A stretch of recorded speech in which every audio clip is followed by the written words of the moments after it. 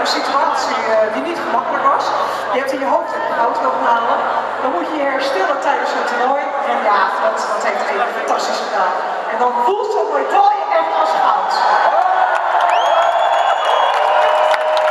En laten we niet vergeten dat Ede gewoon 3 spelen op rij een medaille pakt. Wat al een prestatie op zich is voor zo'n supersportvrouw als zij is. Dat is natuurlijk absurd dat je gewoon 3 spelen achter elkaar gewoon bij de top 3 zit. En er zijn heel weinig die dat gedaan hebben. Kijk! Marjolein, ik zeg net, ook de coach verdient de medaille. Want bij de Olympische Spelen is het zo dat alleen de sporters medaille krijgen. En dat is prima. Maar hier huldigen we ook de coach. Ik doe een stap voorlangs, Marjolein. En dan zie ik hier een prachtige bokaal staan.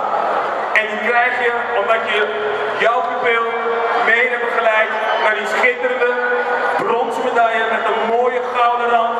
Marjolein van Uden, deze is voor jou. Laat hem zien. Marjolein van Uden. Kijk maar bij de grote baan. Kijk hier, ja.